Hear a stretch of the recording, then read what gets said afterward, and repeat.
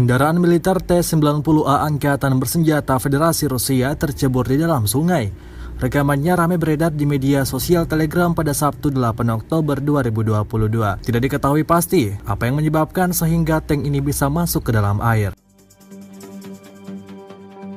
Tampak setengah dari badan tank tersebut tenggelam dalam air. Hingga video ini beredar, belum ada konfirmasi resmi dari pihak Rusia. Kendati demikian, rekaman ini telah menuai beragam komentar dari warganet.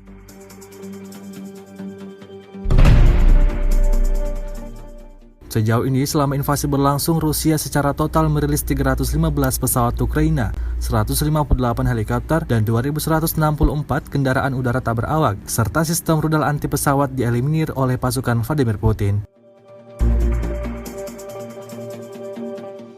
Sementara itu dari kubu Kiev, Kementerian Pertahanan Ukraina melaporkan 350 tentara Rusia dieliminir dalam sehari terakhir. Total 61.680 prajurit Federasi Rusia meninggal sejak awal konflik hingga hari ke-226.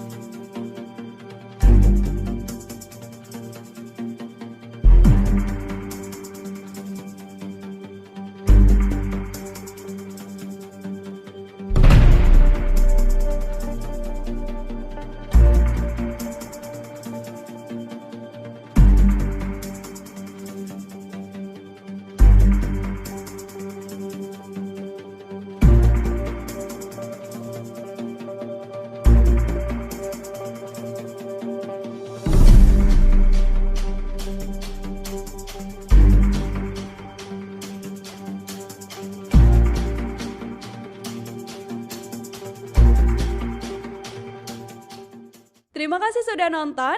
Jangan lupa like, subscribe, dan share ya.